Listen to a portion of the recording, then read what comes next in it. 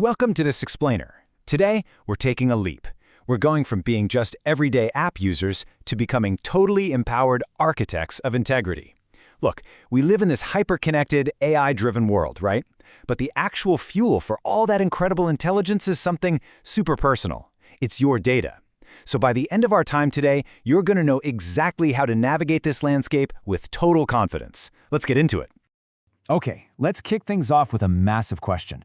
One you really should be asking yourself every single day. When you load up a game, scroll a feed, or tap a new social app, what are these companies actually learning about you? I mean, to you, it just feels like you're playing a game or reading an article. But behind the scenes, there's this massive, invisible, constant exchange of information happening. To figure all that out, we've got a step-by-step roadmap for today. We're going to cover your private data footprint, why data privacy matters, and AI's serious appetite for your data. Then we'll break down how to be a responsible AI builder, check out a real-world case study with a classroom app, and wrap up with how you can become an ethical innovator.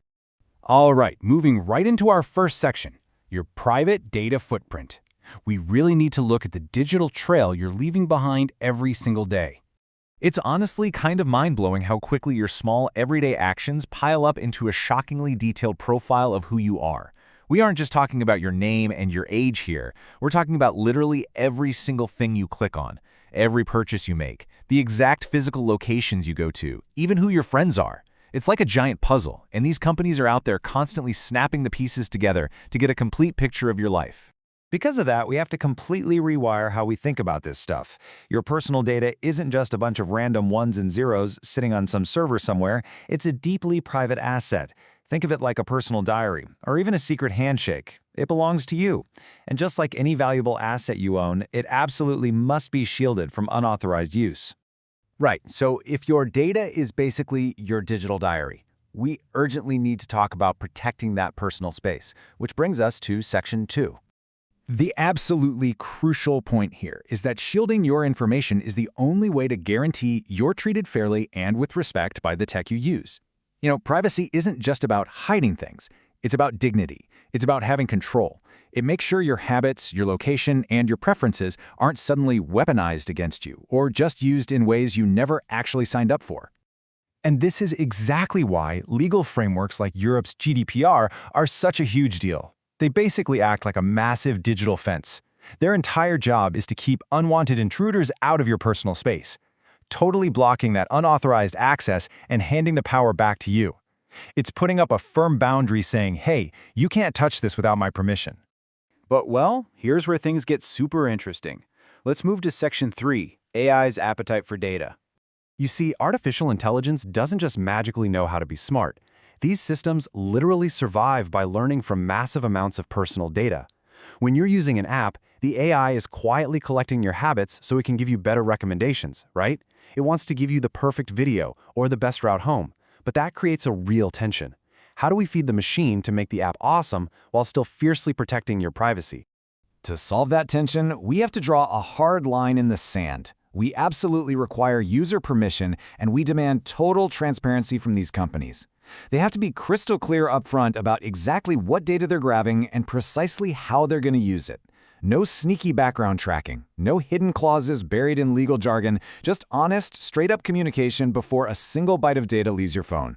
Which perfectly tees up our fourth section, the responsible AI builder and the choices you need to make. If you're going to build responsible AI, there are 3 non-negotiable pillars you've got to stick to. Step 1, fairness. You have to treat everyone equally, which means training your AI with diverse data so it doesn't pick up nasty biases.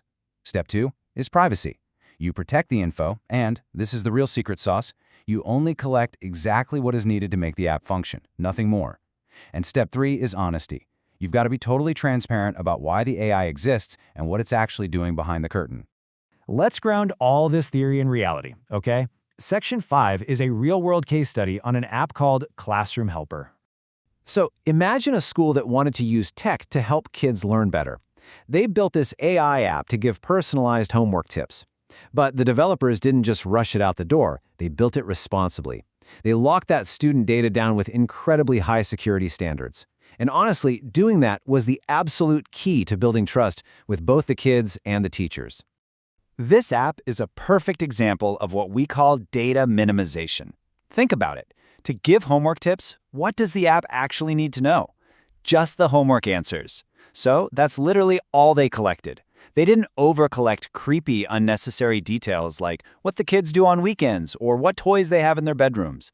They stayed completely focused, minimized the data, and maximized trust.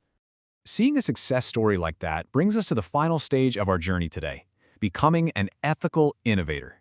Listen, by understanding all these rules, by valuing fairness, demanding transparency, and practicing data minimization, you're no longer just basic, everyday app users. You're graduating. You are stepping up to become what we call architects of integrity. You now have the exact mindset needed to design and use digital spaces that actually respect human dignity. Because at the end of the day, you must never forget this. It's your personal space. It's your information. And so it must always be your choice. You hold the key to your digital life, and you get to decide who walks through the front door. So, as we wrap up this explainer and you head back out into the wild digital world, I want to leave you with one final massive question. The very next time you download an app or a pop-up asks you to click I agree, how are you going to apply these rules? How will you step up and demand fairness and transparency? The choice is entirely yours. Keep asking those tough questions and keep building with integrity.